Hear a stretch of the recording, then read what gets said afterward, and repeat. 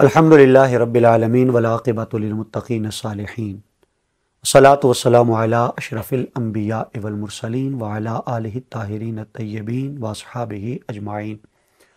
ناظرین محترم، اللہ تعالیٰ نے آج ہمیں قرآن حکیم کے 19ویں پارے کے مطالعے کی توفیق سے نوازا ہے۔ اس پارے کا آغاز انسان کی ایک نفسیاتی کیفیت کے بیان سے ہوا۔ انسان جس وقت حق پذیری کی صلاحیت سے محروم ہو جاتا ہے، حق قبول کرنے کے جذبے سے عاری ہو جاتا ہے، تو اس انسان کی نفسیاتی کیفیت کیا ہوتی ہے؟ جب وہ اپنے سامنے والے کا موقف تسلیم نہ کرنا چاہے تو وہ مختلف ہیلے بہانے ڈھونڈتا ہے، اور ان ہیلے بہانوں کی ایک صورت یہ ہوتی ہے کہ وہ عجیب و غریب قسم کے مطالبات اپنے مخاطب کے سامنے رکھتا ہے۔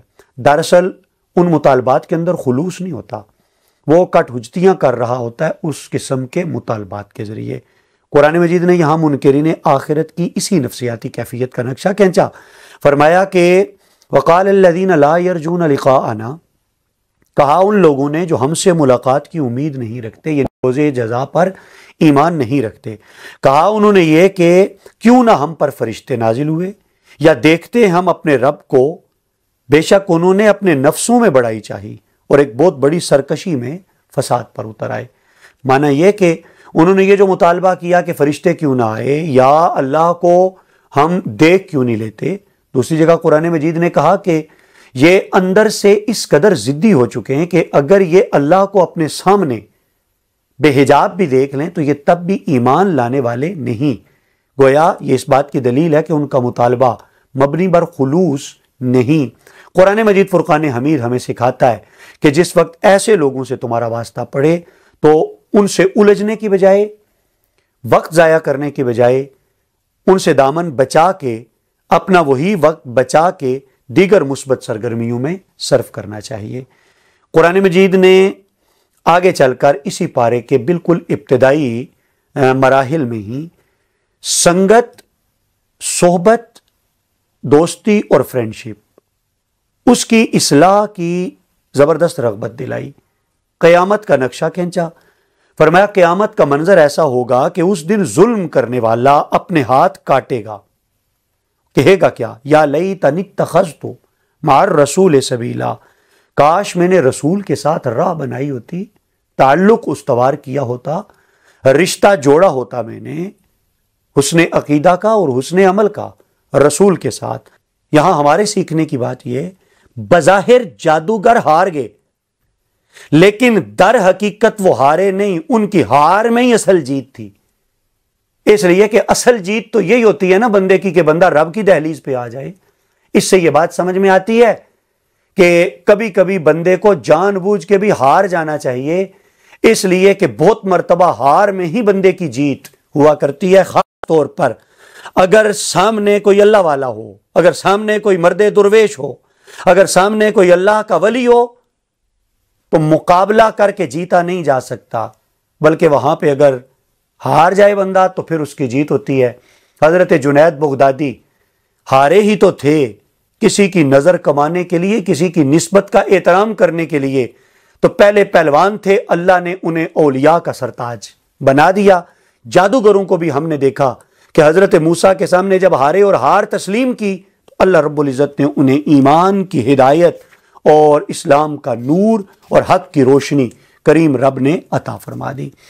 ایک بڑی خوبصورت حقیقت یہاں یہ بھی بیان ہوئی کہ قیامت کے دن نہ مال کام آنا ہے نہ بیٹے، اس دن وہ کامیاب ہوگا جو سلامتی والا دل لے کر کے رب کی بارگاہ میں جائے گا۔ سلامتی والے دل سے مراد یہ کہ جس دل میں اللہ کی محبت ہوگی، جو دل غیر کی محبت سے خالی ہوگا، اس میں مادیت نہیں ہوگی بلکہ اس میں روحانیت ہوگی۔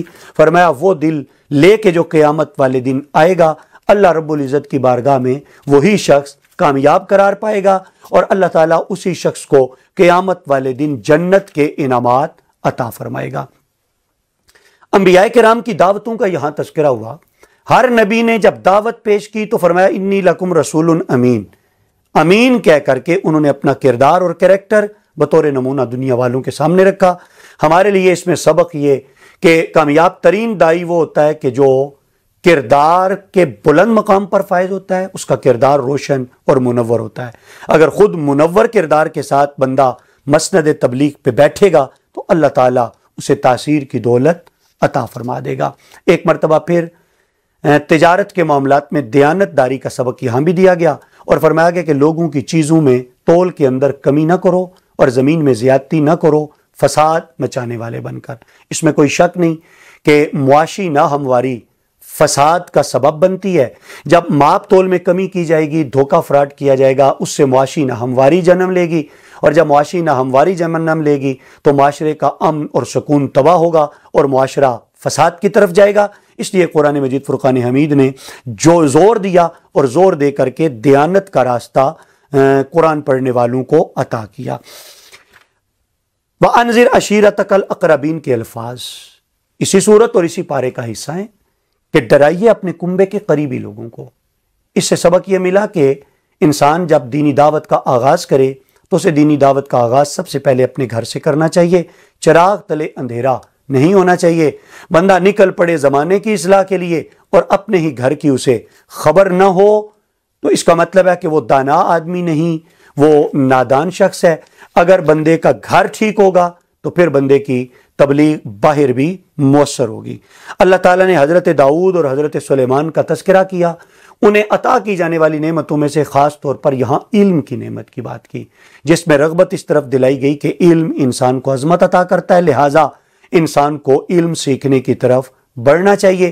حضرت سلیمان کی یہ شان بھی بیان کی کہ اللہ تعالیٰ نے انہیں پرندوں کی بولیاں بھی سکھائی تھیں، وہ چمٹی کی پوشیدہ سے پوشیدہ آواز بھی سن لیا کرتے تھے۔ بلا شبہ جو نبی ہوتا ہے وہ غیر نبی سے بہت زیادہ طاقتیں رکھنے والا ہوتا ہے، قوتیں رکھنے والا ہوتا ہے۔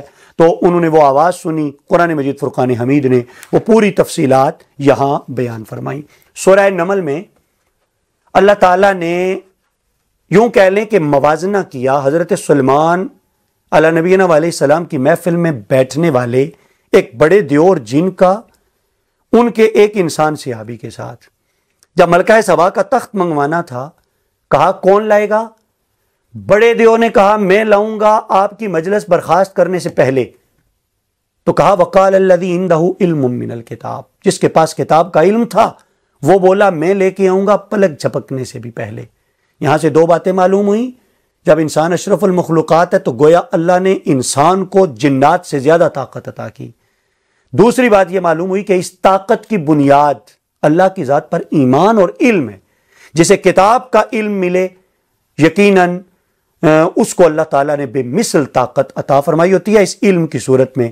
لیکن جب وہ صحابی وہ تخت لے آئے پلک جھپکنے سے پہلے تو عاجزی دیکھیے، انہوں نے کہا ھذا من فضل ربی، اس میں میرا کمال نہیں، یہ میرے رب کا فضل ہے، یہ میرے رب کی عطا ہے اور اس کا کرم ہے جس سے اس نے مجھے نواز رکھا۔ سبق یہ علم والوں کو علم سنبھالنے کی بھی فکر کرنی چاہیے، اور علم سنبھالنے کا بہترین طریقہ اور ذریعہ عاجزی ہے۔ جس وقت بندہ عاجزی اختیار کرتا ہے تو اللہ تعالیٰ اس کے علم میں مزید برکتیں عطا فرماتا ہے۔ اللہ ہم سب کو عمل کی توفیق عطا فرمائے۔